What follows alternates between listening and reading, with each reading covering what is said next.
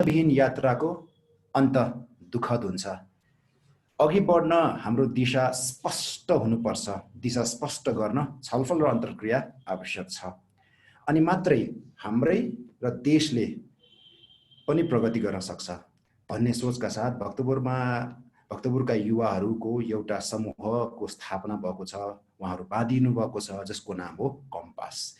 यो समूहमा डाक्टरहरू, इन्जिनियरहरू, अर्थशास्त्रीहरू, कृषि विज्ञहरू, शिक्षक शिक्षिकाहरू र विभिन्न सङ्घ संस्थामा नेतृत्व प्रदान गर्दै आउनुभएका युवाहरू छन्।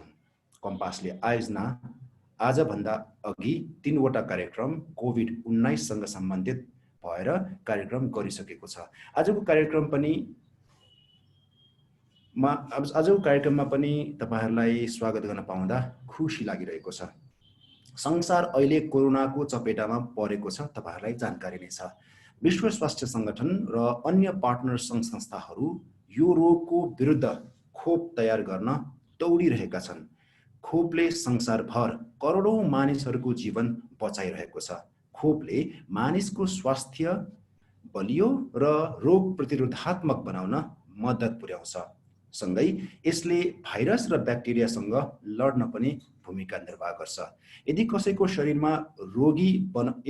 शरीर रोगी बनाउन ब्याक्टेरिया वा भाइरस उत्पन्न हुन्छ भने त्यो शरीर त्यसपछि केही समय पछाडि आफसे आफ त्यो ब्याक्टेरिया वा भाइरससँग प्रतिरोधी हुन थाल्छ। यो प्राकृतिक प्रक्रिया हो। खोपको विकासले वार्षिक 2 देखि 3 करोड मानिसहरूलाई डिप्थेरिया, टिटनस, पर्ट्युसिस, इन्फ्लुएन्जा र मिजल्स जस्ता विभिन्न रोगबाट बचाइरहेको छ। हालसम्म संसारले 20वटा डरलाग्दा रोग विरुद्ध लड्ने खोप देखिसकेको छ र प्रयोग पनि भइरहेको छ। अबको कार्य भनेको संसारलाई सताइरहेको कोभिड-19 विरुद्ध खोप तयार गर्नु हो। हाल संसारमा 150 बढी कोभिड-19 विरुद्धको खोप तयार हुँदैछ र यसमध्ये धेरै मानिसहरूमा प्रयोग हुँदै पनि छ र केही लगभग प्रयोगको परीक्षणको अन्तिम अवस्थामा पुगिसकेको छ। विश्व स्वास्थ्य संगठन, ग्यावी र सेपी भन्ने 3वटा संगठन मिलेर कोभ्याक्स भन्ने एउटा समूह बनेको छ र खोप भन्ने बित्तिकै कोभ्याक्स अन्तर्गत 2 अरब खोप संसारभर पुग्ने कुरा अघि बढिरहेको छ।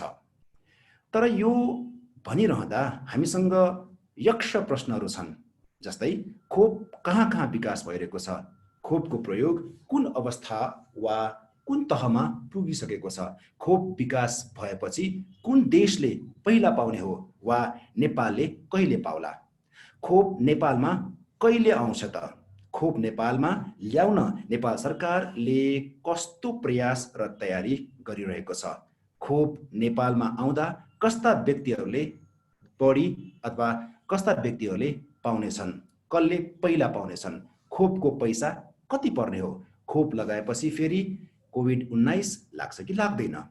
यी यक्ष प्रश्नको उत्तर खोज्न हामीले डाक्टर सुधीर खनाललाई हाम्रो कार्यक्रममा निम्त्याएका छौँ।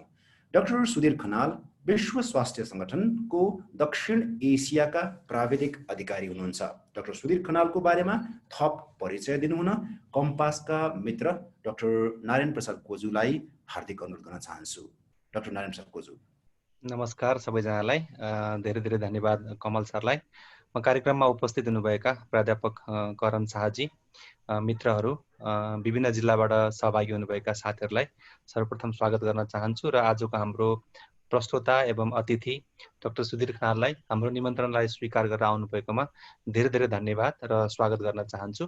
डाक्टर सुधीर खनाल को पब्लिक हेल्थ प्रोग्रामको नीति निर्माण र कार्यान्वयनमा 19 वर्षको अनुभव सङ्घाल्नु भएको छ उहाँले र WHO मा कार्यरत भइसकेपछि उहाँले साउथ इस्ट एसियाका सम्पूर्ण देशहरूमा रुबेला र दादुराको उन्मूलनको निम्ति उहाँले निरन्तर कार्य गर्दै आउनुभएको छ। साथसाथै नवजात शिशुहरूको मृत्युलाई रोक्नको निम्ति, विशेषतः डायरिया र निमोनियाबाट हुन सक्ने क्षतिलाई रोक्नको निम्ति उहाँले आफ्नो नवीनतम अनुसन्धान पनि उहाँबाट सुरु गर्नुभएको छ कम्युनिटी बेस्ड आइडेन्टिफिकेसन र म्यानेजमेन्टमा। डाक्टर खनालले MBBS नेपालको पोखराबाट गर्नुभएको थियो भने MPH बङ्गलादेश मित्र राष्ट्र बङ्गलादेशबाट भने PhD मेक्सिकोबाट गर्नुभएको थियो र साथसाथै उहाँले हम्फ्रे फेलोसिप बाट जोन हपकिन्स विश्वविद्यालयमा उहाँले पब्लिक हेल्थमा काम गर्नुभएको थियो भने उहाँको अहिलेसम्म 36 भन्दा बढी पेयर रिभ्यू आर्टिकल्सहरू जर्नलमा पब्लिकेसन भएका छन् एज अ अथर एन्ड को अथर र अहिले हाल उहाँ दिल्ली स्थित दक्षिण पूर्व एसियाको रिजनल यो कोभिड-19 सँग सम्बन्धित भ्याक्सिनको वितरण र त्यसलाई अत्यन्तै जरुरी अहिले चर्चामा रहेको कोल्ड चेनको विषयमा लजिस्टिक इस्युलाई लिएर उहाँ अहिले सपोर्टिङ गर्ने काम गरिराख्नु भएको छ र उहाँबाट आज हामी नेपालमा विश्व ग्लोबली भ्याक्सिनको विकास, यसको विस्तार, यसको व्यवस्थापन र विशेष त नेपालमा हामी नेपालीहरूले कसरी र कहिले कुन आधारमा भ्याक्सिन पाउन सकिन्छ होला भन्ने बारेमा चासो राखेर उहाँको कुरा सुन्न हामी आएका छौँ र यो फेसबुकमा NREN लाइभ पनि गरिसकेको छ। कार्यक्रममा म डाक्टर सुधिर खनालको यति नै परिचय राख्दै सबैलाई पुनः स्वागत गर्न चाहन्छु। धन्यवाद। धन्यवाद Narayan sir, thank you very much. जानकारीको लागि कम्पासले गरिरहेको यो कार्यक्रमलाई NREN-ले र NREN-को र भक्तपुरियन्सको फेसबुक पेजबाट लाइभ प्रसारण भइरहेको छ। अब म डाक्टर सुधिर खनाल सरलाई आफ्नो प्रस्तुति राख्नको निम्ति म हार्दिक अनुरोध गर्न चाहन्छु। सुधिर खनाल सर।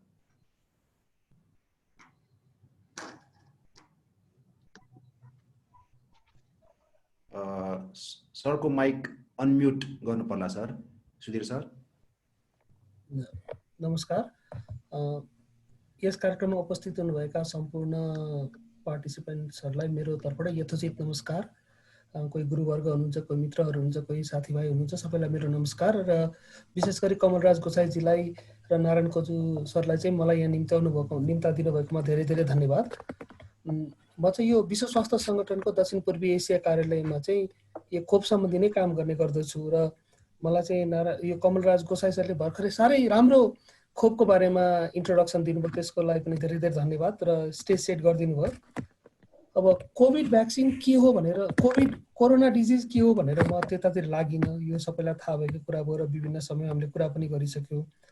आजको विषय भ्याक्सिन भएकोले म सिधै भ्याक्सिनमै चाहिँ कुरा गर्न लाग्दैछु र मेरो चाहिँ केही स्लाइड्सहरू मैले बनाएको छु र म चाहिँ यो स्लाइड्स भन्दा नि विशेष गरी छलफल धेरै गर्न पाए राम्रो हुन्थ्यो होला। हजुरहरूको केही प्रश्नहरू भए मैले यथोचित आफूले सकेको उत्तर दिन्थेँ, नसकेको मैले त्यसको कतैबाट खोजेर ल्याएर सोधपुछ गरेर पनि हजुरलाई बताउने थिएँ।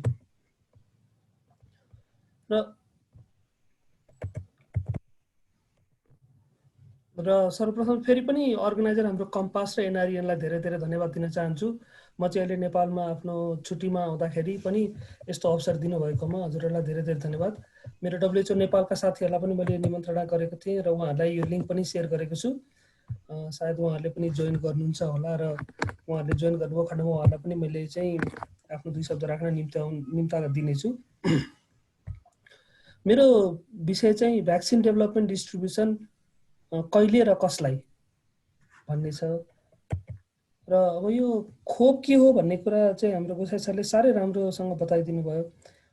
30 देखि 32 वटा जति रोगहरूको लागि अहिले खोपहरू बनिसकेका छन् हैन। खोपहरूले काम गर्ने 4 वटा प्रविधि हुन्छन् बेसिकली र यी 4 वटा मैले यो स्लाइडमा देखाएको छु। पहिलो चाहिँ एउटा भाइरस त सबैले बुझिहाल्नुहुन्छ, विषाणु जसलाई भन्छौँ हामी, भाइरसलाई कमजोर बनाएर अथवा त्यसलाई चाहिँ इनएक्टिभ बनाएर हाम्रो शरीरमा प्रवेश गराएर हाम्रो शरीरलाई त्यसभित्र त्योसँग लड्न सिकाउने, त्यो तरिकाले एउटा भन्छ भने अर्को चाहिँ अरू भाइरस, अरू कमजोर भाइरसहरूमा चाहिँ सम्बन्धित रोग जस्तै कोभिडको, कोरोनाको कुरा गर्दा कोरोनाको चाहिँ स्पाइक जिन अरू भाइरसमा चाहिँ हालेर त्यो अरू भाइरस चाहिँ हाम्रो शरीरमा प्रवेश गराउने, त्यसलाई चाहिँ भाइरल भेक्टर भ्याक्सिन भन्छ हैन। अथवा चाहिँ त्यही भाइरसकै, कोरोना भाइरसकै DNA अथवा RNA प्रयोग गरेर भ्याक्सिन बनिन्छ जुन हाम्रो शरीरमा हालिन्छ र हाम्रो शरीरले चाहिँ त्यो विरुद्ध लडाइँ गर्न सिक्दछ। र अर्को चाहिँ भाइरसको प्रोटिनहरू चाहिँ हाम्रो शरीरमा प्रवेश गराउने। बेसिकली हाम्रो शरीरले चाहिँ यिनीहरूसँग लड्ने क्षमता अभिवृद्धि गर्छ भ्याक्सिनको मार्फतबाट र भ्याक्सिनको इतिहास धेरै नै पुरानो छ। नेपालमा चाहिँ आजभन्दा लगभग 40 वर्ष अगाडिदेखि विभिन्न रोगको भ्याक्सिन्सहरू दिन थालिएको छ र नियमित खोप कार्यक्रम अन्तर्गत विभिन्न खोपहरू त चलिरहेको हजुरलाई थाहा छँदैछ। र यी सबै भ्याक्सिनहरू चाहिँ बन्ने विभिन्न प्लेटफर्महरू छन्। मैले यी 4वटा देखाएँ। हरेक चारवटा तरिकाबाट भ्याक्सिन बन्छन् भने 4वटा तरिकामा हरेकमा 2वटा प्लेटफर्म छन्। यो प्लेटफर्म हामीलाई थाहा पाउनु किन जरुरी छ भन्दाखेरि कुनै पुरानै प्लेटफर्ममा भ्याक्सिन बनेका छन्, ती चाहिँ लाइसेन्स छन्। कुनै चाहिँ नयाँ प्लेटफर्ममा भ्याक्सिन बन्दैछन्, जस्तै आरएनए भाइरसको भ्याक्सिन बन्दैछ। जस्तै हामीले सुन्यौँ फाइजरले भ्याक्सिन बनायो भनेर न्युजमा आयो, मोडर्नाले भ्याक्सिन बनायो भने त्यो चाहिँ नयाँ प्लेटफर्म हो, त्यो लाइसेन्स प्लेटफर्म होइन। त्यसको के छ अर्थ भन्दाखेरि त्यस्ता नयाँ प्लेटफर्ममा बनेका भ्याक्सिन्सहरू चाँडै बन्लान्, तर उनीहरूको स्केल अप गर्नलाई चाहिँ गाह्रो छ। उनीहरूलाई स्केल प्रोडक्सन, मास प्रोडक्सन गर्न चाहिँ त्यति सजिलो छैन। तर पुराना प्लेटफर्ममा बनेका भ्याक्सिन्सहरू चाहिँ मास प्रोडक्सनमा गर्न चाहिँ चाँडो हुन्छ। किन भन्दा त्यसको लागि अलरेडी पूर्वाधारहरू, फ्याक्ट्रीहरू छन् र ती फ्याक्ट्रीहरूले रहेका पूर्वाधारमा रहेर उनीहरूलाई चाहिँ चाँडै प्रोडक्सन गरेर जनसमुदायमा पुर्याउन सक्ने हुन्छन्। कोभिड भ्याक्सिनको कुरा गर्दाखेरि आजको मितिमा थुप्रै नै भ्याक्सिन्सहरू, 260वटा कोभिड भ्याक्सिन, 260 क्यान्डिडेट भ्याक्सिन्सहरू छन् बनिरहेका विभिन्न स्टेज ट्रायलको। र कोही प्री क्लिनिकल ट्रायलमा छन् भने धेरै जसो क्लिनिकल ट्रायलमा छन्। क्लिनिकल ट्रायलमा चाहिँ 58वटा क्यान्डिडेट भ्याक्सिन्सहरू चाहिँ छन् अहिले कोभिडको लागि। र अब यो क्लिनिकल ट्रायलको चाहिँ विभिन्न फेज हुन्छ, फेज 1, फेज 2, फेज 3 भन्छ, अनि फेज 4 पनि हुन्छ, जुनको बारेमा हामीले धेरै कम कुरा गरेको सुन्छौँ। फेज 1 भनेको चाहिँ एकदमै थोरै मान्छेहरूमा ट्रायल गरिन्छ र त्यो चाहिँ बेसिकली त्यो भ्याक्सिनले वास्तवमा काम गर्छ कि गर्दैन र त्यो सेफ छ कि छैन, त्यसको डोज कति हो भनेर हेरिन्छ भने फेज 2 ट्रायल चाहिँ अलिक धेरै मान्छेमा हेरिन्छ र त्यसको बेसिकली सेफ्टी प्रोफाइल हेरिन्छ। र फेज 3 मा पनि हेरे त सेफ्टी प्रोफाइल हो, तर धेरै मान्छे राखिन्छ, लगभग 3000 भन्दा बढी चाहिँ पार्टिसिपेन्टहरू राखिन्छ फेज 3 ट्रायलमा। र फेज 3 ट्रायल उत्तीर्ण भएपछि चाहिँ त्यो भ्याक्सिन मार्केटमा आउँछ। मार्केटमा आउनुभन्दा अगाडि चाहिँ विभिन्न रेगुलेटरी अथोरिटीहरू हुन्छ, नियमन निकायहरू हुन्छ, जस्तै नेपालको औषधि व्यवस्था विभाग, अमेरिकाको FDA भने जस्तै नेसनल रेगुलेटरी अथोरिटी हुन्छ। ती अथोरिटीबाट एप्रुभ भएपछि चाहिँ मार्केटमा आउँछन्, लाइसेन्स हुन्छन् अनि मार्केटमा आउँछन्। मार्केटमा आएपछि चाहिँ फेज 4 हुन्छ, त्यो भनेको पोस्ट मार्केट सर्भिलेन्स हो। एउटा भ्याक्सिन बन्न 7 देखि 8 वर्ष लाग्छ नर्मली, तर अहिले कोभिड भ्याक्सिन चाहिँ हामीले 1 वर्ष भनौँ न 9 महिनाभित्रमै बनाइरहेछौँ। तर 8 वर्षभित्र बनेको भ्याक्सिनको पनि पोस्ट मार्केटिङ सर्भिलेन्स हामीले किन गर्छौँ भन्दाखेरि 20-25 वर्षपछि गएर त्यो भ्याक्सिनको चाहिँ इफेक्टहरू केही देखिन्छ कि भने हामीलाई थाहा नभएकोले फेज 4 पोस्ट मार्केटिङ सर्भिलेन्स चाहिँ एकदमै जरुरी हुन्छ। र कोभिड भ्याक्सिनमा चाहिँ हामीले फेज 3 नै टार्गेट गरेछ। फेज 3 ट्रायल कम्प्लिट भयो भने त्यो भ्याक्सिन मार्केटमा आउँछ, हामीले लगाउन सक्छौँ भनेर चाहिँ हामी लागिरहेका छौँ। र आजको मितिमा फेज 3 ट्रायलमा चाहिँ लगभग 12वटा भ्याक्सिन्सहरू छन्।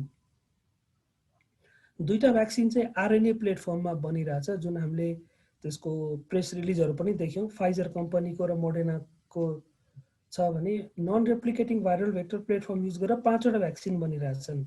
एउटा एस्ट्राजेनेका अक्सफोर्डको भनेर हामीले सुन्यौँ, अर्को चाहिँ स्पुत्निक V भनेर अथवा स्पुत्निक 5 भनेर चाहिँ रसियन भ्याक्सिन सुन्यौँ, अर्को जेन्सेन भन्ने छ, र क्यानसिनो र कोभिसिल्ड भन्ने भ्याक्सिनहरू पनि छन्।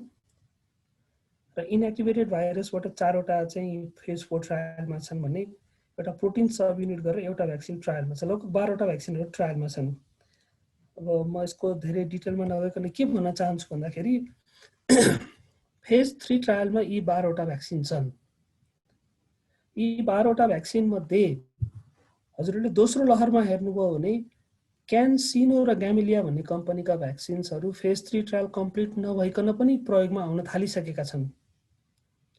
क्यानसिनो भने चाहिँ चाइनाले बनाएको भ्याक्सिन हो, र ग्यामिलिया कम्पनीले बनाएको स्पुत्निक V भन्ने भ्याक्सिन छ।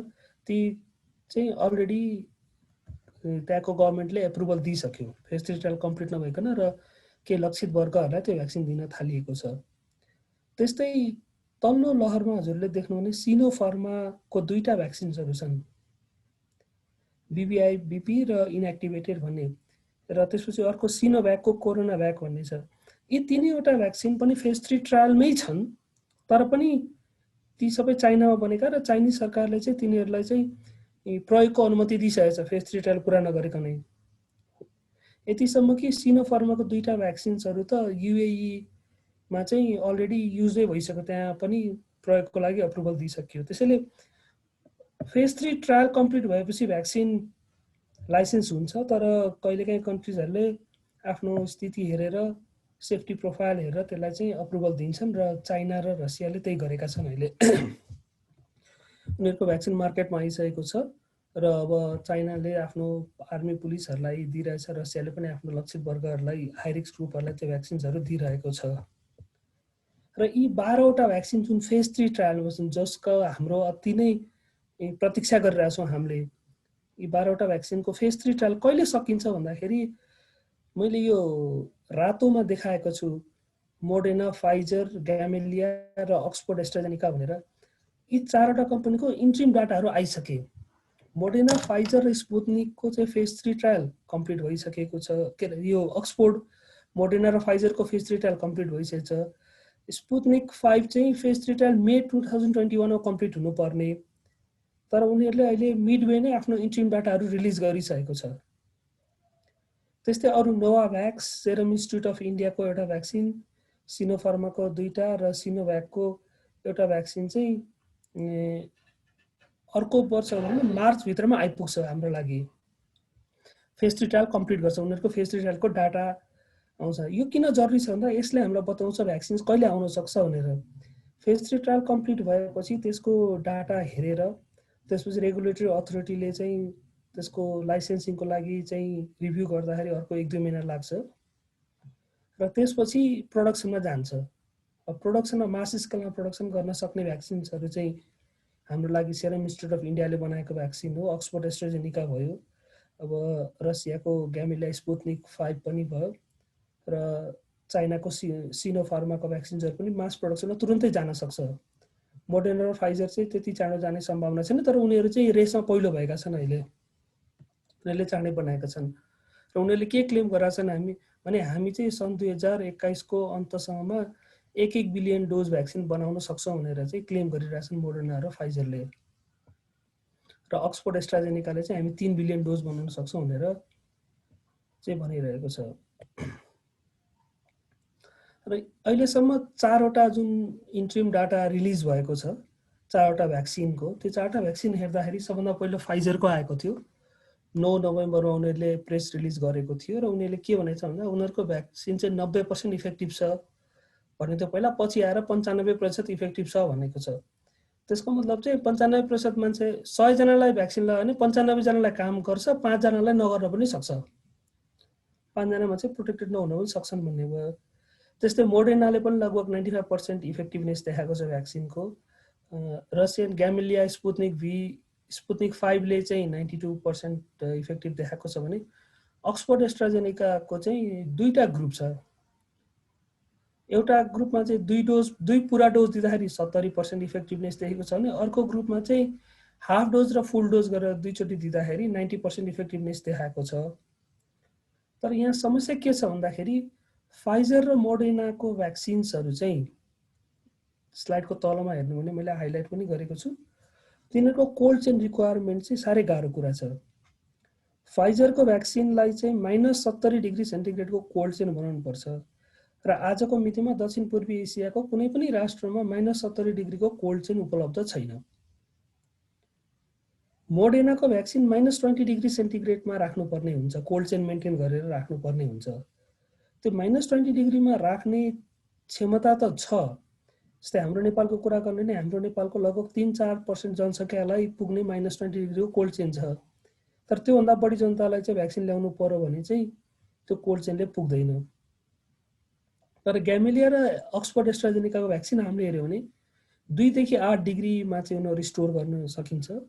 त्यो भनेको चाहिँ हामीले अहिले नियमित खोप कार्यक्रममा लगाएका खोपहरू स्टोर गर्ने टेम्परेचर हो र त्यसको लागि हामीसँग पर्याप्त कोल्ड चेनको चाहिँ हामीसँग सुविधा छ र यसको बारेमा म अझ डिटेलमा नेपालले गरेको एसेसमेन्ट पनि देखाउने छु हजुरहरूलाई। र यो फेज 3 ट्रायल पछि के हुन्छ त भन्दाखेरि फेज 3 ट्रायल पछि लाइसेन्सिङ गर्नुपर्ने हुन्छ। यसको पनि 2टा कुरा छ। एउटा त WHO ले प्री क्वालिफाइड गर्छ भ्याक्सिनहरूलाई, अर्को चाहिँ इमर्जेन्सी युज अथराइजेसन गर्छ, EUA भन्छ त्यसलाई। अब प्री क्वालिफिकेसन गर्नलाई चाहिँ 2 वर्षदेखि 3 वर्षको समय लाग्छ। त्यति पर्खिने हामीसँग अहिले धैर्यता पनि छैन र बाध्यता पनि छ, हामी त्यति पर्खिन सक्दैनौँ। त्यसैले त्यसलाई चाहिँ इमर्जेन्सी युज अथराइजेसन गर्नुपर्ने अवस्था छ। तर त्यो इमर्जेन्सी युज अथराइजेसन त्यतिकै गर्न सकिँदैन। कुनै पनि एउटा स्ट्रेन्जेन्ट नेसनल रेगुलेटरी अथोरिटी, औषधि व्यवस्था विभाग जस्तै एउटा स्ट्रिन्जेन्ट नेसनल अथोरिटी, नेपालको औषधि व्यवस्था विभागलाई चाहिँ स्ट्रिन्जेन्ट नेसनल अथोरिटीमा पर्दैन, तर अमेरिकाको FDA अथवा युरोपियन अथोरिटीहरू भयो होइन, उनीहरूले चाहिँ रिभ्यू गरेर इमर्जेन्सी युज अथराइजेसन दिन सक्छ। तर उनीहरूले केही क्राइटेरिया फुलफिल गर्नुपर्छ। पहिलो क्राइटेरिया के भन्दा त्यो भ्याक्सिनले चाहिँ त्यसको रिस्कभन्दा बेनिफिट धेरै हुनु पर्यो। दोस्रो क्राइटेरिया उनीहरूको इफेक्टिभनेस चाहिँ 50% भन्दा बढी हुनु पर्यो। भ्याक्सिनको इफेक्टिभनेस 50% भन्दा बढी छैन भने त्यो युज गर्नुको कुनै अर्थ छैन। तेस्रो कुरा चाहिँ भ्याक्सिन लगाएको सबै मान्छेहरूलाई एटलिस्ट भ्याक्सिन लगाएको पुरा डोज कम्प्लिट भएपछि 2 महिनासम्म फलोअप गरेर उनीहरूको चाहिँ साइड इफेक्ट हेर्नु पर्यो, इफेक्टिभनेस र सेफ्टीको चाहिँ इभ्यालुएसन गर्नुपर्ने हुन्छ। चौथो कुरा चाहिँ सेफ्टी डाटा चाहिँ थोरै पार्टिसिपेन्ट भएको ट्रायलले हुँदैन। लगभग 3000 भन्दा बढी मान्छेहरूले चाहिँ भ्याक्सिन पाएको हुनुपर्छ त्यसको चाहिँ सेफ्टी डाटा हेर्नलाई। 3000 भन्दा बढी मान्छेमा भ्याक्सिन दिएपछि त्यसको सेफ्टीको लेभल कति छ र त्यो युज गर्न सकिन्छ कि सकिँदैन भनेर एसेस गर्ने हुन्छ। र मेन चाहिँ यति कुरा हेरिन्छ होइन। अब यी सब कुरा हेरेर यसमा चाहिँ चित्त बुझेमा चाहिँ इमर्जेन्सी युज अथराइजेसनको लागि दिने हो र यसको लागि लगभग 2 हप्तादेखि 2 महिनाको समय लाग्छ। प्रश्नहरू हुन्छन् कमिटीको, त्यो कमिटीको उत्तर गर्न कति चाँडो म्यानुफ्याक्चररले गर्छ त्यसमा चाहिँ आधार हुन्छ यो कति चाँडो बन्छ भन्ने कुरा। त्यसपछि अहिलेसम्मको सबै यो 12वटा क्लिनिकल ट्रायलमा भएका भ्याक्सिनहरू हेर्दाखेरि के देखिएको छ भन्दाखेरि उनीहरूले चाहिँ शरीरमा राम्रो इम्युन रेस्पोन्स जेनेरेट गर्नेछन्। 70 देखि 95% चाहिँ इफेक्टिभ छन् भन्ने देखेको छ। उनीहरूको सेफ्टी प्रोफाइल पनि एकदमै राम्रो देखिएको छ। सर्ट टर्मको सेफ्टी प्रोफाइल राम्रो देखिए पनि हामीले लङ टर्मको सेफ्टी प्रोफाइल चाहिँ हेर्नुपर्ने हुन्छ र कन्टिन्यू सर्भिलेन्स चाहिँ गर्नु नै पर्ने हुन्छ। अब के छ भन्दाखेरि भ्याक्सिन बन्दैछ, भ्याक्सिन बन्ने बित्तिकै भोलिपल्टै कन्ट्रीहरूलाई चाहिएको छ। तर भोलिपल्टै चाहिँदाखेरि त त्यसको लागि पूर्व तयारी पनि हुनु पर्यो। अब कन्ट्रिजहरूले पूर्व तयारी कसरी गर्ने त, के को आधारमा गर्ने, कुन भ्याक्सिन आउँछ भन्ने पनि थाहा छैन। कुन भ्याक्सिन चाहिँ चाँडो प्रोडक्सनमा आउँछ, कुन भ्याक्सिन हाम्रो देशमा आउँछ भन्ने पनि हामीलाई थाहा छैन। त्यसैले गर्दाखेरि चाहिँ यी 12वटा भ्याक्सिन्सहरूको प्रपर्टी हेर्दाखेरि यिनीहरूलाई 4वटा क्याटेगोरीमा हालिएको छ भनौँ न।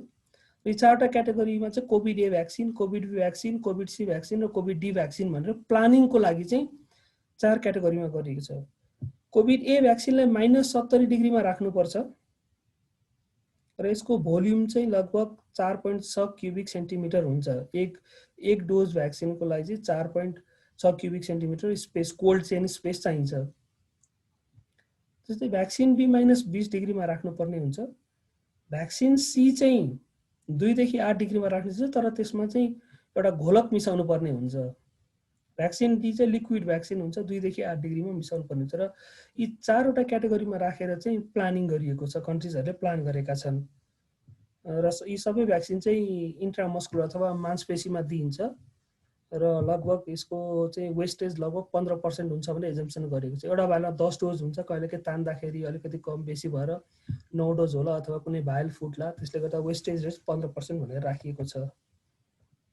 कति पर्छ त यो भ्याक्सिनको प्राइस के हो त भन्दाखेरि चाइनिज कम्पनी सिनो फार्माले आफ्नो भ्याक्सिनको पर डोज चाहिँ $72.5 पर डोज भनेको छ।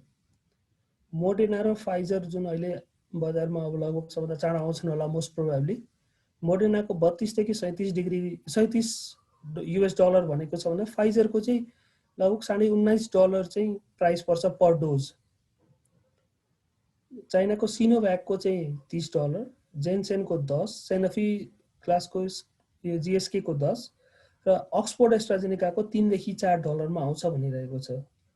र यसो हेर्दाखेरि सबभन्दा सस्तो अक्सफोर्ड एस्ट्राजेनेका, यसको कोल्ड चेन पनि 2 देखि 8 डिग्रीसम्म हुने र यसको प्रोडक्सन सेरम इन्स्टिट्युट अफ इन्डियाले गर्ने भएकोले यो चाहिँ सबभन्दा पहिला हामीलाई आउँछ कि जस्तो लागिरहेको छ। अब यो त भ्याक्सिनको प्राइस हो, तर यो प्राइसमा त हामीले किन्न सक्दैनौँ र त्यसमाथि पनि अब इन्टरनेसनल भ्याक्सिन पोलिटिक्स भइहाल्छ, धनी देशले धेरै किनेर लान सक्छन्, धनी देशले धेरै पैसा हालेर चाहिँ म्यानुफ्याक्चरलाई त जसले धेरै पैसा दियो उनीहरूलाई नै दिन्छ उनीहरूले। त्यो प्रिभेन्ट गर्नलाई WHO, युनिसेफ, गाभी, सेपी जस्ता पार्टनरहरू मिलेर एउटा कोभ्याक्स फेसिलिटी बनाएको छ। र कोभ्याक्स फेसिलिटीले के गरेको छ भन्दाखेरि भ्याक्सिन म्यानुफ्याक्चररहरूसँग MOU गरेको छ र उनीहरूलाई एडभान्स मार्केट कमिटमेन्ट दिएको छ। आजको दिनमा 3वटा क्यान्डिडेटसँग चाहिँ कमिटमेन्ट साइन भइसकेको छ। अक्सफोर्ड एस्ट्राजेनेकासँग, साइनोफी पास्चरसँग र सेरम इन्स्टिट्युट अफ इन्डियासँग चाहिँ एउटा कमिटमेन्ट भइसकेको छ कि हामी तिम्रो सबै भ्याक्सिन किन्छौँ तर हामीलाई रेगुलेटेड प्राइसमा दिनुपर्छ भ्याक्सिन भनेर एडभान्स मार्केट कमिटमेन्ट गरेछ कोभ्याक्स फेसिलिटीले। किन गरेको छ भन्दाखेरि इक्विटेबल डिस्ट्रिब्युसन, सबै देशले पाउनु पर्यो, धनी गरिब देश सबैले पाउनु पर्यो भनेर अहिले 92 भन्दा बढी देशहरूले चाहिँ कोभ्याक्स फेसिलिटीमा चाहिँ साइन गरेर मेम्बर भइसकेका छन्। र यो कोभ्याक्स फेसिलिटीले चाहिँ हरेक देशको 20% जनसङ्ख्यालाई चाहिँ भ्याक्सिन दिने परिकल्पना गरेको छ। 20% जनसङ्ख्यालाई चाहिँ भ्याक्सिन पुर्याउने। र प्राइस के त भन्दाखेरि सकेसम्म यसलाई फ्रीमा, नसके $1.6 देखि $2 पर डोज चाहिँ कन्ट्रीले तिर्नु पर्यो, जुन चाहिँ म्यानुफ्याक्चरले राखेको प्राइसभन्दा धेरै नै कम प्राइस हो। कुनै पनि प्लेटफर्मको भ्याक्सिन आएमा, कुनै पनि म्यानुफ्याक्चरले बनाएको भ्याक्सिन आएमा कोभ्याक्स फेसिलिटीले जति पैसामा किने पनि कन्ट्रीलाई पर्ने चाहिँ $1.6 देखि $2 हो। त्यो पनि कोभ्याक्स फेसिलिटीमा फन्डिङ धेरै आयो, डोनरहरूले पैसा राख्ने, त्यो पनि वेभर हुन्छ। र 20% चाहिँ प्रत्येक देशको 20% जनसङ्ख्यालाई भ्याक्सिन दिने भनेको छ। र यो कोभ्याक्स फेसिलिटीले चाहिँ 1 वर्षभित्रमा 2 बिलियन डोज चाहिने हुन्छ उनीहरूलाई। मेम्बर कन्ट्रिजहरू 92 कन्ट्रिजहरू छन्, ती कन्ट्रिजहरूलाई चाहिँ 20% जनसङ्ख्यालाई भ्याक्सिन दिनुपर्दा 2 बिलियन डोज भ्याक्सिन चाहिने हुन्छ। त्यसको लागि एडभान्स मार्केट कमिटमेन्ट गरेको छ र हाम्रो आशाको केन्द्रबिन्दु यो कोभ्याक्स फेसिलिटी छ। अहिलेलाई 20% जनसङ्ख्यालाई हामीले धेरै कम प्राइसमा चाहिँ भ्याक्सिन पाउनेवाला छौँ। तर त्यो कोभ्याक्स फेसिलिटी त्यत्तिकै भ्याक्सिन दिनेवाला छैन। उसले चाहिँ भ्याक्सिन इन्ट्रोडक्सन गर्न चाहिँ कन्ट्री रेडी पनि हुनु पर्यो। भ्याक्सिन ल्याउँछु भनेर त्यत्तिकै ल्याएर भएन, कन्ट्री रेडी हुनु पर्यो भनेर एउटा चाहिँ रेडिनेस एसेसमेन्ट गर्ने टुल बनाएको छ। कोभिड-19 भ्याक्सिन इन्ट्रोडक्सन गर्नलाई त्यस कन्ट्रीको रेडिनेस के छ त भनेर त्यसलाई एसेस गर्न त्यो टुललाई विराट टुल भन्छ। र त्यो टुलमा चाहिँ लगभग 10वटा कम्पोनेन्टहरू छन्। ती कम्पोनेन्ट, हरेक कम्पोनेन्टको चाहिँ रेडिनेस हुनुपर्छ, प्लानिङ भएको हुनुपर्छ हैन, कोअर्डिनेसन बडीहरू हुनुपर्छ। अब रिसोर्सहरू के छ, अब 20% जनसङ्ख्यालाई भ्याक्सिन दिनु पर्यो भने $1.6 देखि $2 को हिसाबले त्यो रिसोर्स कहाँबाट आउँछ, त्यो फन्डिङ कहाँबाट आउँछ, त्यसको कुरा रेगुलेटरी कुरा छ। त्यो भ्याक्सिन देशमा आउँदाखेरि देशको रेगुलेटरी अथोरिटीले के भन्छ, देशको कानुनले दिन्छ कि दिँदैन, कानुनमा केही परिमार्जन गर्नुपर्ने हुन्छ कि। चौथो कुरा चाहिँ प्रायोरिटाइजेसन गर्ने, कसले पाउने त भ्याक्सिन पहिला। 20% जनसङ्ख्यालाई प्रायोरिटाइज गर्नु त गाह्रो कुरा छ। कसले पाउने भनेर त्यो प्रायोरिटाइज गर्नुपर्ने हुन्छ, टार्गेट गर्नुपर्ने हुन्छ। र कसरी दिने भन्ने सर्भिस डेलिभरीको कुरा छ। फिक्स पोस्टमा दिने कि घर घरमा गएर दिने कि कुनै एउटा पोलिङ बुथ जस्तो बुथ बनाएर दिने कि क्याम्पेन मोडमा दिने कि कसरी दिने भन्ने त्यो स्ट्राटेजी बनाउनु पर्ने हुन्छ। र भ्याक्सिन दिनलाई तालिम पनि दिनु पर्यो। हेल्थ वर्करलाई नयाँ भ्याक्सिन हो यो, कुन डोजमा कसरी दिने भन्ने तालिम पनि चाहियो, कसरी ह्यान्डल गर्ने भ्याक्सिन भन्ने तालिम पनि दिनु पर्यो, त्यसलाई सुपरभाइज पनि गर्नु पर्यो, त्यसको मोनिटरिङ गर्नु पर्यो। र त्यसको कोल्ड चेन लजिस्टिक कसरी प्लान गर्ने, भ्याक्सिनलाई चाहिँ सेन्ट्रल स्टोरबाट, काठमाडौँको सेन्ट्रल स्टोरबाट जिल्ला जिल्लामा कसरी पुर्याउने, ती भ्याक्सिन बाटोमा नलुटियोस्। थोरै मान्छेलाई दिँदाखेरि भ्याक्सिनको डिमान्ड हुँदा त्यो लुटिन सक्छन्, बाटोमा खेर जान सक्छन्, कोल्ड चेन मेन्टेन नहुन सक्छ, त्यसको प्लानिङ गर्नुपर्ने भयो। अनि भ्याक्सिनको सेफ्टीको सर्भिलेन्स गर्नुपर्ने हुन्छ। भ्याक्सिन त दिने, तर दिएर त्यसको एडभर्स इभेन्ट भयो भने त्यसलाई कसरी चाहिँ म्यानेज गर्ने, कोही कसैको डेथ भयो अथवा कसैको एडभर्स इभेन्ट भने त्यसलाई कसरी तुरन्त हस्पिटल लाने, कसरी तुरन्त म्यानेज गर्ने भन्ने प्लानिङ गर्नु पर्यो। र कम्युनिटीमा डिमान्ड जेनेरेसन गर्नु पर्यो। यो 20% भनेको को हो भन्ने पनि जनतालाई बताउनु पर्यो, ताकि भोलि चाहिँ मैले पाइनँ भनेर एउटा गृहयुद्ध अथवा चाहिँ कन्फ्लिक्टको सिचुएसन नआओस् भनेर यो रेडिनेस एसेसमेन्टहरू गर्नुपर्ने हुन्छ। र वेस्ट म्यानेजमेन्टदेखि लिएर विभिन्न कुराहरू हुन्छ। त्यसैले चाहिँ यो WHO को एउटा strategic advisory group of expert हुन्छ, त्यसलाई सेज भन्छ। त्यो चाहिँ हाम्रो हाइएस्ट टेक्निकल बडी हो ग्लोबल एक्सपर्टहरू भएको। त्यसले चाहिँ एउटा भ्याल्युज फ्रेमवर्क बनाएको छ। कोभिड-19 भ्याक्सिन कसरी एलोकेट गर्ने, कसलाई प्रायोरिटाइज गर्ने, भनेर उसले एउटा भ्याल्यु फ्रेमवर्क बनाएको छ र एउटा गाइडेन्स पनि दिएको छ कन्ट्रीहरूलाई र त्यसपछि पोलिसी रिकमेन्डेसन भन्छ र त्यसैलाई फलो गरेर कन्ट्रीहरूले चाहिँ आफ्नो नेसनल एक्सन प्लान बनाउँछ र नेपालले पनि कोभिड-19 भ्याक्सिनको लागि नेसनल डिप्लोयमेन्ट प्लान बनाइरहेको छ र कोभ्याक्स फेसिलिटी अघि मैले जुन कुरा गरेँ उसले चाहिँ अहिले एप्लिकेसन मागिरहेछ कन्ट्रीहरूसँग। कोभ्याक्स फेसिलिटी के भन्छ भन्दाखेरि डिसेम्बर 7 तारिकभित्र चाहिँ तिमीहरूले हामीलाई चाहिँ एउटा तिम्रो प्रपोजल देऊ भनेछ र अहिले नेपाल सरकार लगायत सम्पूर्ण सरकारहरू चाहिँ त्यो प्रपोजल बनाउनमा लागिरहेका छन् र ती प्रपोजलमा चाहिँ मैले अघि भनेको भ्याक्सिन जुन रेडिनेस एसेसमेन्टका जुन 10वटा कम्पोनेन्ट छ ती कम्पोनेन्टहरू राखेर प्रपोजलहरू बनिरहेका छन्। अब भ्याक्सिन कसलाई दिने कसले पाउने भन्ने चाहिँ के छ भन्दाखेरि हाम्रो मेन गोल चाहिँ के हो भन्दाखेरि कोभिड-19 को मोर्टालिटी रिड्युस गर्ने र हेल्थ सिस्टमलाई प्रोटेक्ट गर्नुपर्ने, एसेन्सियल सर्भिसलाई प्रोटेक्ट गर्नु पर्यो। कोभिड-19 भ्याक्सिनले गर्दाखेरि कतिवटा एसेन्सियल सर्भिसहरू ह्याम्पर भएका छन्, बन्द भएका छन्, ती सबै चाहिँ नहोस् भनेर चाहिँ यो कोभिड भ्याक्सिनको चाहिँ प्रायोरिटाइजेसन गर्नुपर्ने हुन्छ र त्यसको लागि के छ भन्दाखेरि अघि मैले भने कोभ्याक्स फेसिलिटीले चाहिँ 20% जनसङ्ख्यालाई चाहिँ भ्याक्सिन दिन्छ।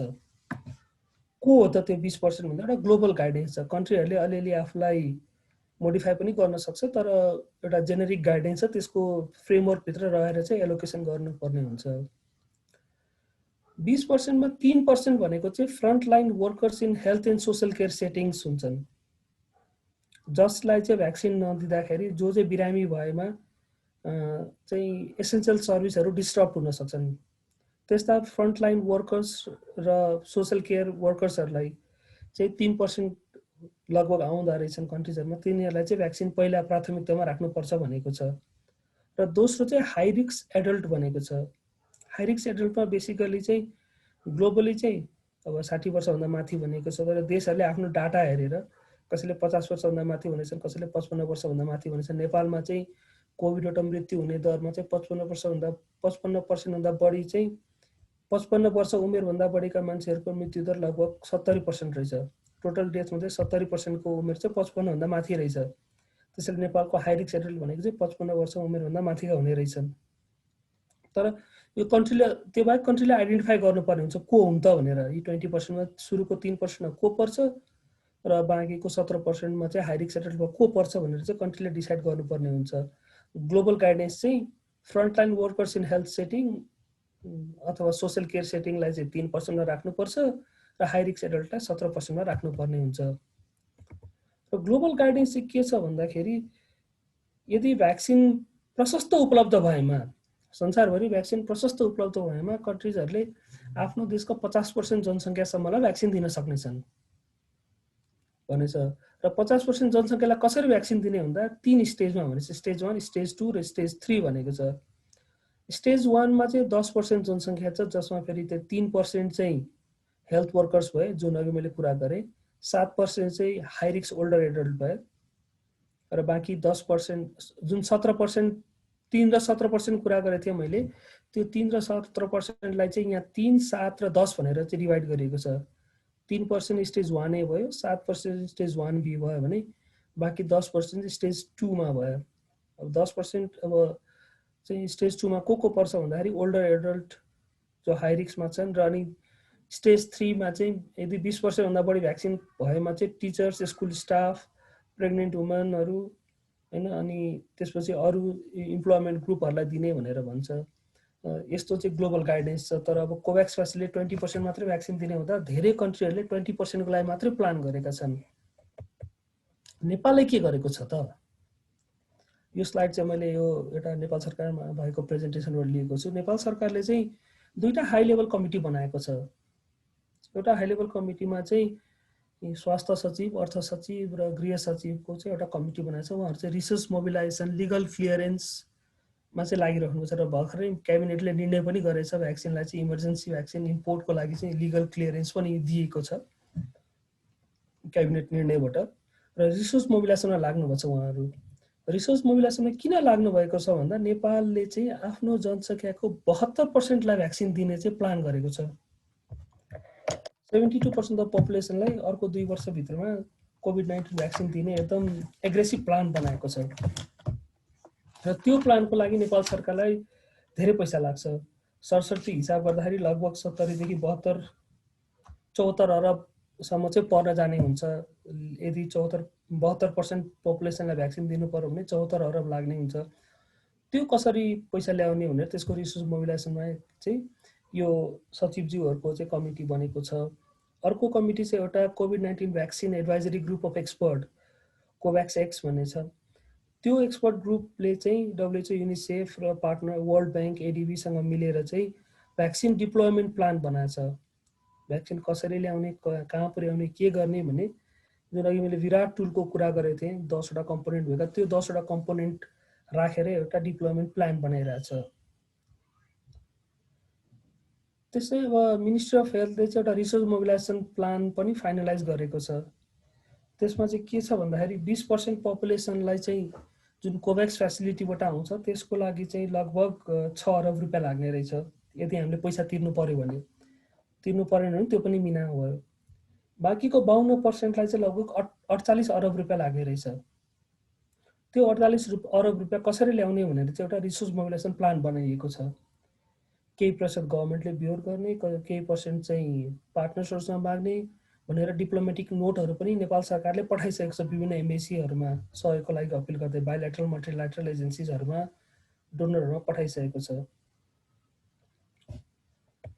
र नेपालको प्लान चाहिँ यस्तो छ।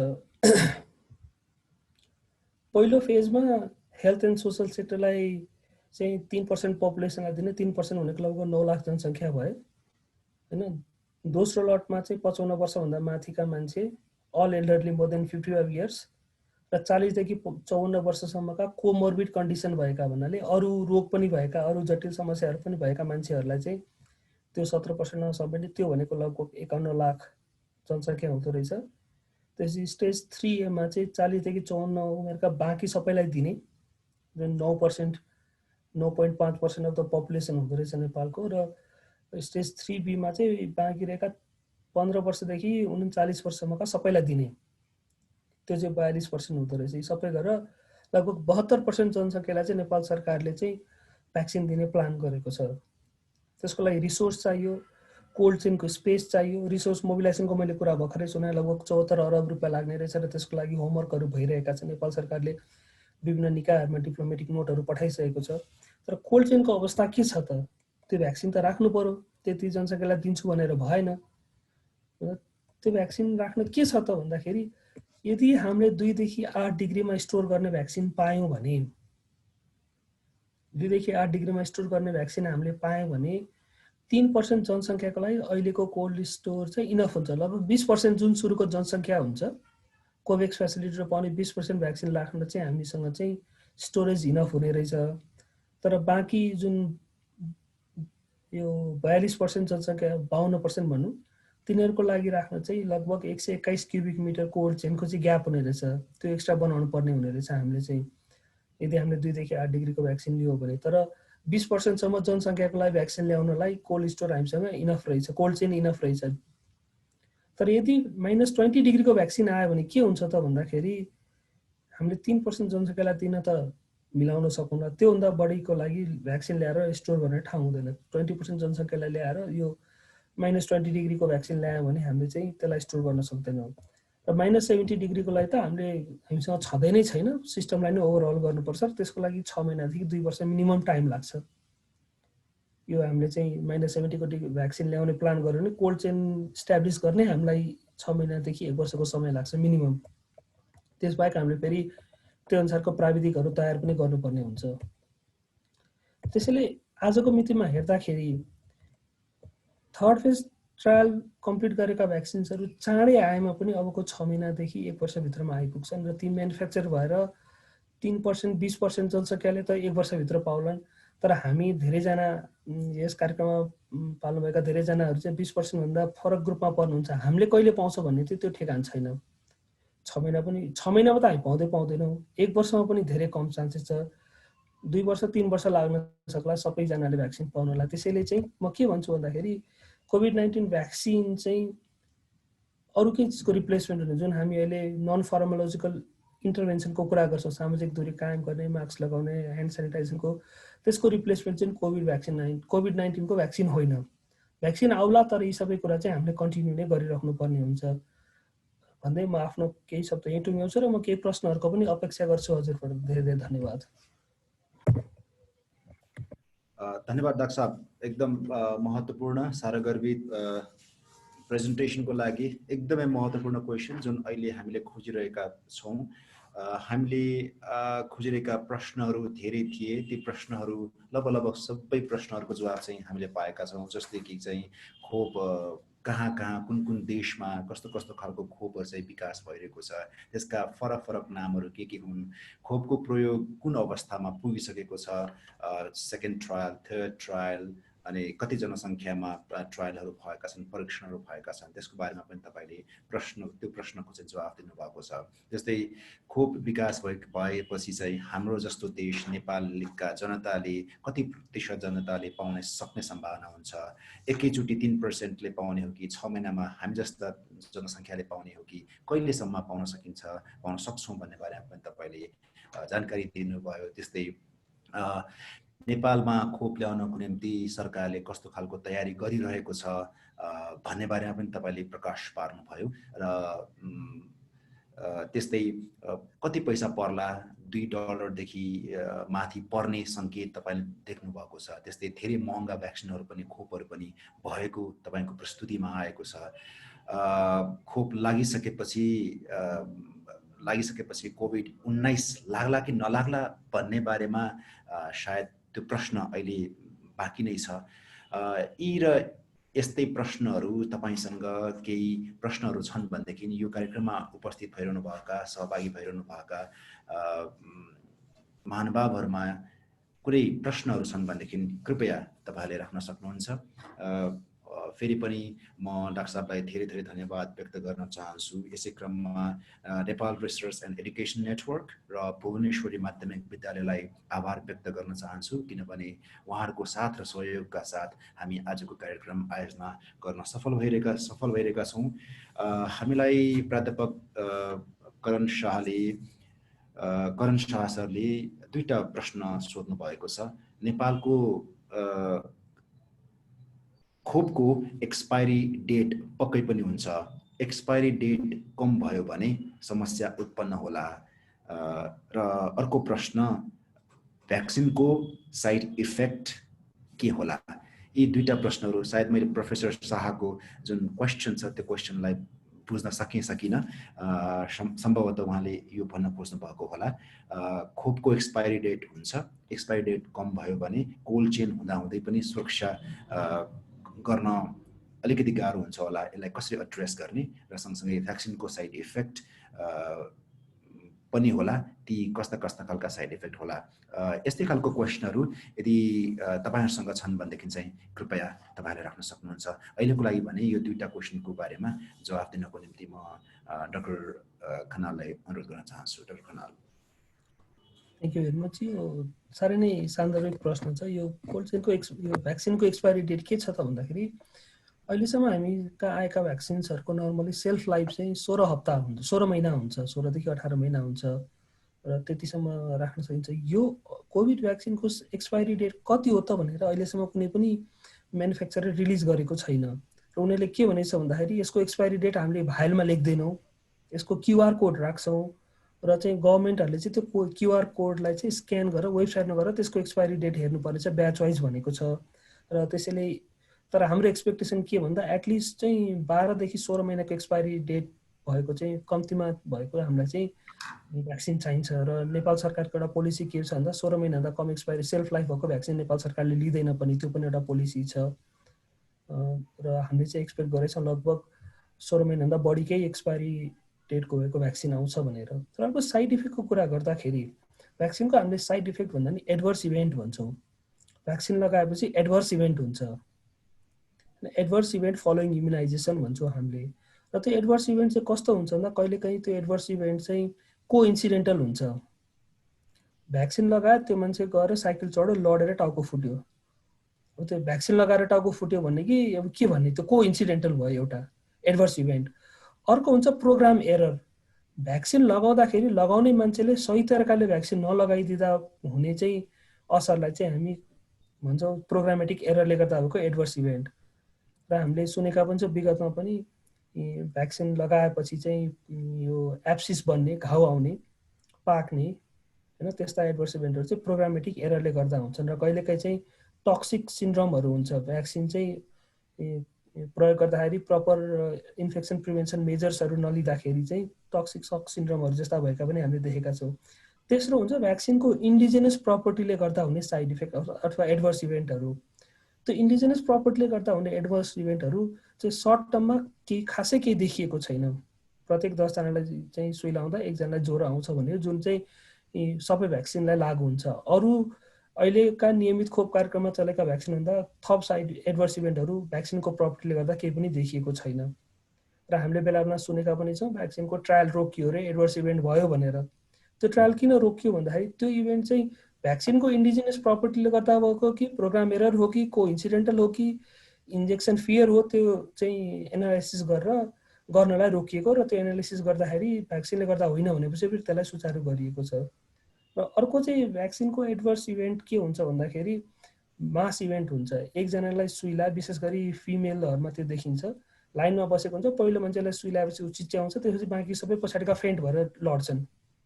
त्यस्ता यो इन्जेक्सन फियरहरू पनि छ। त्यसैले साइड इफेक्टहरू चाहिँ विभिन्न प्रकारका हुन्छन्। तर भ्याक्सिनको इन्डिजिनस प्रपर्टीले गर्दा हुने एडभर्स इभेन्टहरू चाहिँ आम खोपमा चाहिँ जति छन् त्यति नै देखिएको छ। जस्तै ज्वरो आउने, सुई लगाएको ठाउँमा रातो हुने देखिन्छ। त्योभन्दा बाहेक चाहिँ सर्ट टर्ममा केही देखेको छैन। लङ टर्मको लागि कति के हुन्छ भनेर भन्न चाहिँ इट्स टु अर्ली अहिले। त्यो लङ टर्म चाहिँ पोस्ट मार्केटिङ सर्भिलेन्स पछि मात्रै थाहा हुन्छ। So thank you. धन्यवाद डाक्टर साहब। एउटा अर्को प्रश्न छ। नेपालले तयारी धेरै गरिरहेको छ, सरले पनि आफ्नो प्रेजेन्टेसनमा राखिसक्नु भएको छ। यसो भनिरहँदाखेरि नेपालको तयारी साँच्चीकै भने जस्तै, लेखिए जस्तै, अक्षरमा, रिपोर्टमा, प्रतिवेदनमा लेखिए जस्तै साँच्चीकै तयारी पुगेकै हो? तपाईँलाई कस्तो लाग्छ एज एन एक्सपर्टको रूपमा? अब पहिलो कुरा त यो भ्याक्सिनको बारेमा धेरै कुराहरू अननोन छन्। नेपाल सरकारले तयारी गर्दा पनि विभिन्न अननोन अनरियलको बिचमा तयारी गर्नु परेको छ। कुन भ्याक्सिन आउँछ भन्ने नै थाहा छैन। त्यति हुँदा पनि जुन हिसाबले नेपाल सरकार एग्रेसिभली लागेको छ, पहिलो कुरा त रिसोर्स एलोकेसन गर्नलाई, रिसोर्सको सेक्युर गर्नलाई यति पैसा हामीलाई चाहिन्छ, त्यो पैसा हामीले सेक्युर गर्नुपर्छ भनेर लागेको छ। दोस्रो कुरा चाहिँ कसरी चाहिँ यो भ्याक्सिनलाई चाहिँ 20% जनसङ्ख्यालाई पुर्याउने, 72% जनसङ्ख्यालाई पुर्याउने भनेर लागेको छ। एग्रेसिभ प्लान बनेको छ र हामीले चाहिँ जुन छलफल गर्दा, हामीले गफ गर्दाखेरि हामीले के देख्छौँ त नेपाल सरकार चाहिँ साह्रै सिरियस भएर लागेको छ। अर्को इम्प्लिमेन्टेसनको पाटो बेग्लै छ। हेर्नुहोस्, इम्प्लिमेन्टेसनमा तपाईँ हाम्रो पनि दायित्व हुन्छ। 3% भ्याक्सिन आयो, हेल्थ वर्करलाई लगाउने, हेल्थ वर्करले मात्रै पाउने भयो। तर के हुन्छ भने मलाई पनि लोभ छ भ्याक्सिन लाउने, तपाईँलाई पनि लोभ छ भ्याक्सिन लाउने, अरू हामी जस्तो अरू साथीलाई पनि लोभ छ। हामीले बिचमा सोर्स लगाएर भ्याक्सिन लिन खोज्छौँ होइन। कतैबाट भनसुन गराएर हुन्छ कि, अथवा हामी तराईतिर त कति ठाउँ हामीले देखेका छौँ, हाम्रो पास्ट एक्सपिरियन्स के छ भन्दा लुटिएका पनि छन् भ्याक्सिनहरू होइन। अथवा त्यो के यो त प्रिसियस भ्याक्सिन भयो, यसलाई ब्ल्याक मार्केटमा पनि बेचिन सक्छ कि गलत मान्छेको हातमा गयो भने। र त्यो इस्युजहरूमा पनि नेपाल सरकारले एकदमै ध्यान दिइरहेको छ।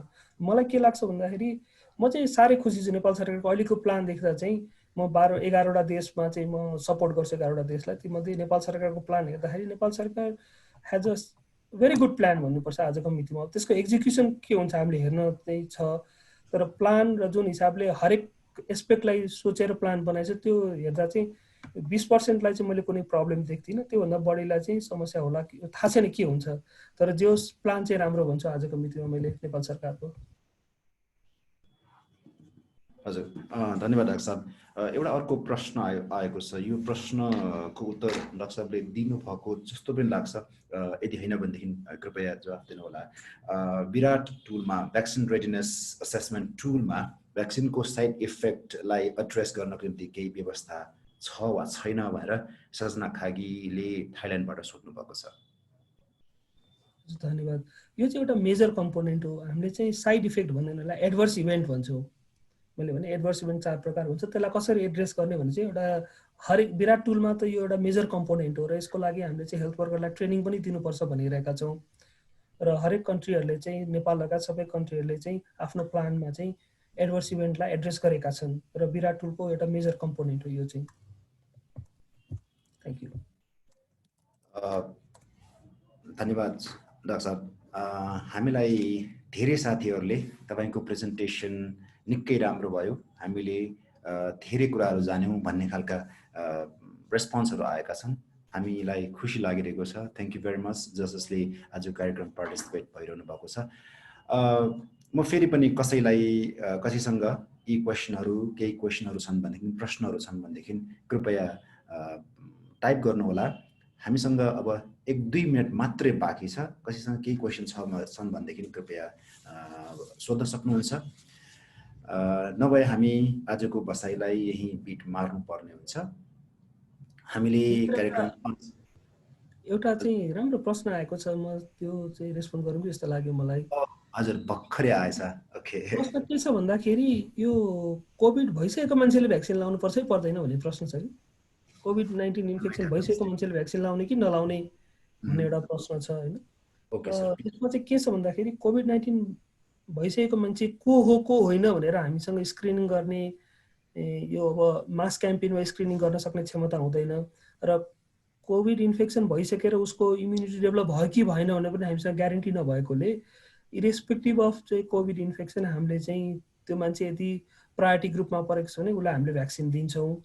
र भ्याक्सिनको चाहिँ के छ भन्दाखेरि यसले काम गर्न चाहिँ 2 हप्तादेखि 4 हप्ता लाग्छ। भ्याक्सिन आज लगाउने बित्तिकै भोलि प्रोटेक्सन हुने होइन कि आज भ्याक्सिन लगाएपछि त्यसको इम्युन रेस्पोन्स जेनेरेट हुन मिनिमम 2 विक्स लाग्छ र नर्मली 4 विक्समा चाहिँ यसको पिकमा पुग्छ यसको प्रोटेक्सन लेभल चाहिँ इमिडिएट प्रोटेक्सन लेभल। र यसको खासै कन्ट्राडिक्सन पनि धेरै छैन। आजको डेटमा प्रेग्नेन्ट वुमेनलाई पनि दिनुपर्छ भनिरहेछौँ र कन्ट्राडिक्सन भनेको चाहिँ एलर्जी हुने मान्छेहरूले भ्याक्सिनको कर्णमा भएका कम्पोनेन्टहरूमा जसको एलर्जी छ त्यो मान्छेहरूले चाहिँ त्यो भ्याक्सिन पाउनु भने त्यसैले चाहिँ लिफलेट हेर्नुपर्ने हुन्छ। एलर्जी भएको मान्छेहरूले भ्याक्सिनको लिफलेट हेरेर आफूलाई एलर्जी हुने कम्पोनेन्ट छ कि छैन त्यो चाहिँ हेर्नुपर्ने हुन्छ। त्यो बाहेक उहाँलाई चाहिँ त्यो भ्याक्सिन कन्ट्राइन्डिकेटेड छ यदि एलर्जी छ भने, अदरवाइज अरू कसैलाई पनि त्यो कन्ट्राइन्डिकेसन चाहिँ छैन। Thank you. यहाँ भर्खरै अर्को एउटा प्रश्न आएको छ। डाक्टर पुन कोरियाबाट सोध्नुहुन्छ, तपाईँको प्रेजेन्टेसनमा चाहिँ कुनै भ्याक्सिनको 95% एफिसियन्सी छ, कुनैको चाहिँ 92%, कुनैको त अझ 75% पनि छ भन्ने तपाईँले व्यक्त गर्नुभयो। त्यसो भनिरहँदाखेरि त्यो इफेक्टिभनेस चाहिँ भ्याक्सिनले गर्दाखेरि भएको हो वा भाइरसमा एक्सपोजर नभएको भनेर चाहिँ त्यो मोनिटरिङ WHO ले गर्छ त भन्ने खालको क्वेसन सोध्नु भएको जस्तो लाग्यो डाक्टर पुनाले। Thank you. यो साह्रै सान्दर्भिक कुरा पनि छ र हामीले धेरै हर्ड इम्युनिटीको कुरा पनि गरेका छौँ। धेरै मान्छेको हामीले हर्ड इम्युनिटी हुन्छ यो भ्याक्सिनमा चाहिँ 70% भन्दा जनसङ्ख्या बढी चाहिँ प्रोटेक्टेड भयो भने हामीले चाहिँ पुरै जनसङ्ख्या बाँकी 30% त्यसै प्रोटेक्ट हुन्छ, हर्ड इम्युनिटी हुन्छ भनेर पनि कुरा आइरहेको छ। र यो भ्याक्सिनको कुरा गर्दाखेरि 95% इफेक्टिभनेस भन्नाले 95% मान्छेमा यसले इम्युन रेस्पोन्स जेनेरेट गरेर प्रोटेक्ट गर्छ, 5%मा चाहिँ गर्न सक्दैन। तर हामीलाई थाहा हुँदैन त्यो 5% को हो भन्ने। पपुलेसन लेभलमा हामीलाई त्यो 5% थाहा हुँदैन। तर के हुन्छ भन्दाखेरि 95% प्रोटेक्ट भइसकेपछि बाँकी 5%लाई चाहिँ त्यो 95%ले गर्दाखेरि हर्ड इम्युनिटी हुन्छ भन्ने एउटा एजम्सन छ। र WHO ले चाहिँ के इभ्यालुएट गर्छ भन्दा WHO नभनौँ कुनै पनि स्ट्रेन्जेन्ट NRA नेसनल रेगुलेटरी अथोरिटीले के हेर्छ भन्दाखेरि त्यो ट्रायल गर्दाखेरि चाहिँ कति % मान्छेमा चाहिँ इम्युन रेस्पोन्स इभोक भयो, कति % मान्छेमा चाहिँ प्रोटेक्सन लेभलको इम्युन रेस्पोन्स आयो त त्यो भ्याक्सिन दिएर भनेर त्यो हेरिन्छ।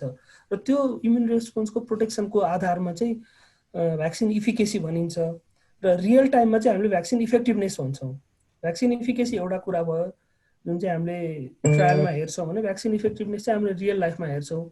र भ्याक्सिन इफेक्टिभनेस चाहिँ केमा डिटरमाइन गर्छ भन्दाखेरि भनौँ जस्तै फाइजर कम्पनीले के भन्छ मेरो भ्याक्सिन 95% इफेक्टिभ भनिरहेछ, 95% इफिकेसी छ भनिरहेछ। तर रियल लाइफमा हामीले भ्याक्सिन दिँदाखेरि हामीले कोल्ड चेन मेन्टेन गर्न नसक्ने हुनसक्छ, त्यो भ्याक्सिन लगाउँदाखेरि त्यसको चाहिँ तरिका नमिलाएको हुनसक्छ, इन्ट्रामस्कुलर लाउनु पर्नेमा सबक्युटिनियस होला अथवा फ्याटमा गएर बस्ला अथवा विभिन्न कुराहरू भएर चाहिँ त्यो इफेक्टिभनेस चाहिँ 95 नभएर त्योभन्दा कम अथवा त्योभन्दा कम पनि हुनसक्छ। त्यो चाहिँ फेरि अरू प्रोग्रामेटिक कुराले पनि डिटरमाइन गर्ने हुन्छ। त्यसैले कोल्ड चेनहरूदेखि लिएर यी सब भ्याक्सिनको एक्सपायरी डेटदेखि लिएर यी सबै कुराहरू हाम्रो लागि महत्त्वपूर्ण हुन्छन्। र WHO ले इभ्यालुएट गर्ने भनेको चाहिँ एउटा त ट्रायलको बेलामा इम्युन रेस्पोन्स कसरी इभोक गर्यो भन्ने हो, अर्को चाहिँ पपुलेसन लेभलमा चाहिँ कस्तो छ त भनेर लङ टर्म पनि इभ्यालुएट गरिरहेको हुन्छ। सायद मैले यसको प्रश्न भयो होला है। Thank you. फेसबुकमा पनि केही प्रश्न छ कमल सर। हजुर 15 वर्ष मुनिको बालबालिकालाई यो भ्याक्सिन लाउनु पर्ला कि नपर्ला भन्ने क्वेशन छ एउटा।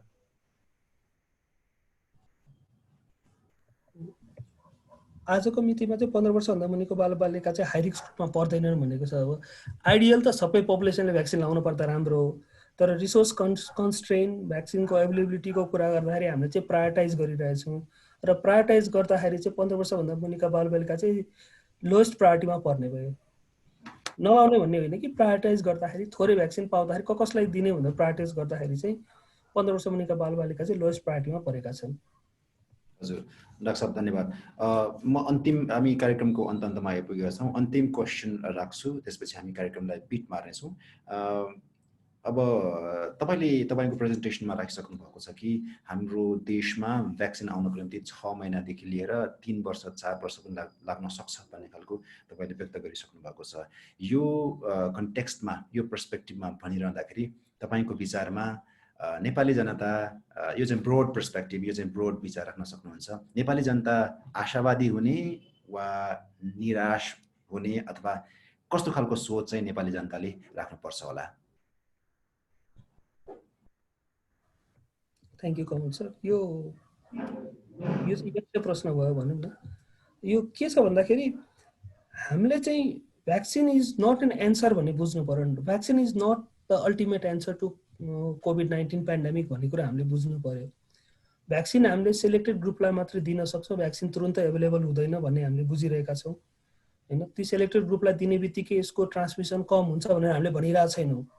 हामीले ती सेलेक्टेड ग्रुप प्रोटेक्ट भएर उनीहरूले एसेन्सियल सर्भिस कन्टिन्यू गर्छन् भनेर भनिरहेछौँ। त्यसैले vaccine is not an ultimate answer to control this pandemic. हाम्रो पेन्डेमिक कन्ट्रोल गर्न चाहिँ हाम्रो नन फार्माकोलोजिकल इन्टरभेन्सन हामीले छोड्नु भएन। मास्क लगाउन छोड्नु भएन, appropriate use of mask, appropriate hand sanitization, सामाजिक दूरी कायम गर्ने कुरा छोड्नु भएन। एज अ पब्लिक हामीले त्यो आफ्नो दायित्व पुरा गर्नु पर्यो भने एज अ गभर्मेन्टले चाहिँ आफ्नो सर्भिलेन्सलाई कन्टिन्यू गर्नु पर्यो, कन्ट्याक्ट ट्रेसिङ कन्टिन्यू गर्नु पर्यो। प्रति 1000 पपुलेसनमा एटलिस्ट एकजना सस्पेक्टेडको टेस्ट प्रत्येक हप्ता हुनु पर्यो र इन्फेक्टिभिटी रेट 5% भन्दा बढी भयो भने लकडाउन जस्ता मेजर्सहरू गर्नु पर्यो र त्यो गर्दा ब्ल्याङ्केट नगरेर माइक्रो प्लानिङ गर्नु पर्यो। जस्तै काठमाडौँ उपत्यकामा पुरै उपत्यकामा लकडाउन गर्नुभन्दा पनि प्रत्येक ठाउँको डाटा डिसेग्रिगेट रूपमा हेरेर 5% भन्दा बढी इन्फेक्टिभिटी रेट, टोटल टेस्ट गरेको मध्ये 5% भन्दा बढी जहाँ पोजिटिभ देखिरहेछन् त्यो ठाउँमा चाहिँ कन्टेनमेन्ट गरेर कन्ट्याक्ट ट्रेसिङ लगायतका विभिन्न मेजर्सहरू गर्नु पर्यो। सरकारको दायित्व त्यो हो भने हामी पब्लिकको दायित्व चाहिँ नन फार्माकोलोजिकल इन्टरभेन्सन्सलाई पूर्ण रूपले पालना गर्ने, मास्क लगाउने, ह्यान्ड सेनिटाइजेसनको कुरा, सामाजिक दूरीको कुरा चाहिँ हामीले एकदमै पालना गर्नुपर्ने हुन्छ। भ्याक्सिन इज, फेरि म दोहोऱ्याउन चाहन्छु, vaccine is not an answer to कोभिड-19 पेन्डेमिक। यो चाहिँ खालि हामी एसेन्सियल सर्भिस कन्टिन्यू गर्न चाहिँ हामीले यसलाई चाहिँ एउटा इनिसियल रूपमा ल्याउँछौँ र जबसम्म भ्याक्सिन पूर्ण रूपले आउँदैन, मास प्रोडक्सनमा बन्न सक्दैन भने हामीलाई थाहा छैन। अर्को पाटो के छ भन्दाखेरि भ्याक्सिन म्यानुफ्याक्चररहरू पनि यसलाई हामीले आफ्नो प्लान्टहरू स्केल अप गरेर धेरै भ्याक्सिन बनाउने कि नबनाउने भन्ने दुविधामा छन्। किन छन् भन्दाखेरि पहिला सार्स भन्ने पनि आयो, मर्स सिओभी पनि आयो, त्यसका पनि भ्याक्सिन बने, तर आज हामी त्यसको कुरै गर्दैनौँ, त्यो आफै हराएर गयो। कोभिड-19 पनि त्यस्तै हुने हो कि? अझ अहिले सिङ्गापुरमा देखियो एउटा स्ट्रेन चाहिँ म्युटेटेड स्ट्रेन भेटिएछ, त्यो स्ट्रेन चाहिँ कमन कोल्ड जतिको भएछ। यदि त्यो हो भने त भ्याक्सिन पनि नचाहिन सक्छ। तर फेरि अर्को पाटो के छ भन्दाखेरि मिङ्कहरूमा पनि हामीले एनिमलमा चाहिँ मान्छेबाट एनिमल गरे, एनिमलबाट फेरि मान्छेमा फर्केर आएको पनि छ कोभिड-19। त्यसले गर्दाखेरि यो मोर इन्फेक्सियस हुने डर पनि छ। त्यसैले धेरै अननोन्स र दुविधाको बिचमा छौँ हामी। त्यसैले गर्दाखेरि हामीले चाहिँ यो भ्याक्सिन अल्टिमेट होइन कि हाम्रो चाहिँ मेन फोकस चाहिँ नन फार्माकोलोजिकल इन्टरभेन्सन्समै हुनुपर्छ भन्छु म चाहिँ। भ्याक्सिन आउँदै गर्छ, हामी लगाउँदै गर्छौँ, त्यो तफसिलमा भयो, तर हाम्रो प्रमुख दायित्व भनेको एज पब्लिक नन फार्माकोलोजिकल इन्टरभेन्सन्सलाई 100% पालना गर्ने, एज गभर्मेन्ट सर्भिलेन्स कन्ट्याक्ट ट्रेसिङहरूलाई कन्टिन्यू रिइन्फोर्स गरिराख्ने। थ्याङ्क यू हजुर। धेरै धेरै धेरै धन्यवाद डाक्टर साहब, डाक्टर सुधीर खनाल ज्यू, थ्याङ्क यू भेरी मच। एकदमै महत्त्वपूर्ण समय तपाईँले लगभग चाहिँ हामीलाई हामीलाई जानकारी चाहिने सम्पूर्ण नेपालीहरूले जान्नुपर्ने, थाहा पाउनुपर्ने, अहिलेको अवस्थामा थाहा पाउनुपर्ने सम्पूर्ण जानकारी तपाईँले हामीलाई प्रदान गर्नुभयो। हामी हृदयदेखि आभार व्यक्त गर्न चाहन्छौँ। पक्कै पनि सबै जनतामा अन्यल छ, इभन वैज्ञानिकहरूमा अन्यल छ। यस क्षेत्रमा धेरै वर्षदेखि अनुसन्धान गरिरहनुभएका व्यक्तिहरूमा पनि अन्यल छ। तर हामीले गर्नै पर्ने कुरा के हो त भन्दाखेरि भ्याक्सिन डेभलप भए पनि नभए पनि हाम्रो कर्तव्य भने हामीले निर्वाह गर्नै पर्छ। यही सन्देश र यही सोचका साथ म NREN Nepal research and education network अनि भुवनेश्वरी माध्यमिक विद्यालय भक्तपुरलाई धेरै धेरै धन्यवाद व्यक्त गर्न चाहन्छु। उहाँहरूले हामीलाई सपोर्ट गर्नुभएको छ। तपाईँलाई हामीले आयोजना गरिरहेका कार्यक्रमहरू कस्तो लागिरहेको छ? कम्पासको फेसबुक पेज छ। फेसबुक पेजमा तपाईँहरूले भिजिट गरेर लाइक गर्न सक्नुहुन्छ अनि सँगसँगै हामीलाई फिडब्याकहरू, कमेन्टहरू पनि दिन सक्नुहुन्छ। कम्पासले आगामी दिनहरूमा पनि हामीसँग सम्बन्धित हामीलाई कस्तो खालको दिशा चाहिन्छ, हामीलाई कस्तो खालको डिरेक्सन चाहिन्छ, त्यसको बारेमा केही छलफल गरी आगामी दिनहरूमा पनि यस्तै कार्यक्रमहरू गर्दै अगाडि बढ्नेछ। ती कार्यक्रमहरूमा पनि तपाईँहरूको सहभागिता हुनेछ भन्ने आशाका साथ म डाक्टर सुधीर खनाललाई फेरि पनि धन्यवाद व्यक्त गर्दै सम्पूर्ण सहभागी मित्रहरू, पार्टिसिपेन्टहरूलाई म हृदयदेखि कम्पासको तर्फबाट आभार व्यक्त गर्दै आजको कार्यक्रमबाट बिदा माग्छु। नमस्कार।